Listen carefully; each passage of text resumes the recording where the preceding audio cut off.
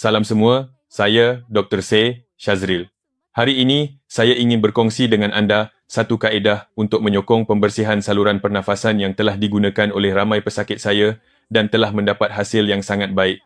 Sepanjang tahun kerjaya saya telah mengalami banyak kes batuk yang berpanjangan, sakit tekak, pengumpulan kahak, kesukaran bernafas apabila baring atau semput kerana merokok dalam jangka masa panjang.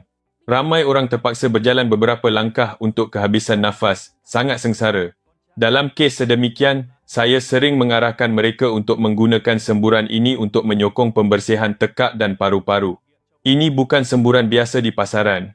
Ia dicipta untuk membantu menipiskan lendir, membersihkan kahak, habuk dan asap rokok yang tersekat di saluran pernafasan, terutamanya sesuai untuk perokok atau mereka yang sering terdedah kepada asap dan habuk. Cara penggunaannya sangat mudah. Sembur sekali sebelum tidur.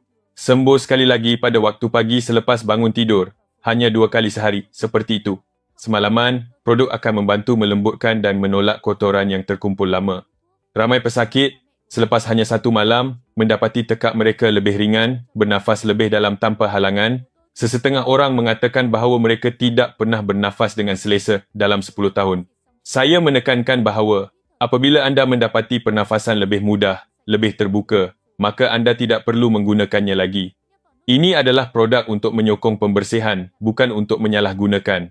Ramai pesakit ragu-ragu, tetapi selepas menggunakannya, mereka semua menghubungi saya kembali untuk mengucapkan terima kasih. Itu memberi saya lebih keyakinan bahawa apabila saluran pernafasan dibersihkan dengan betul, keupayaan badan untuk bernafas akan bertambah baik dengan cepat.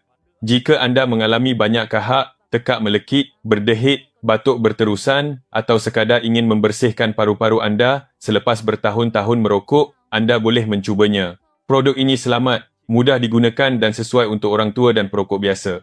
Anda boleh order sekarang dengan klik butang di bawah.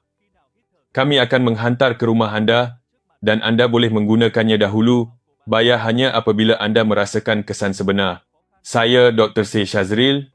Terima kasih kerana mendengar dan saya doakan anda sihat paru-paru dan mudah bernafas setiap hari.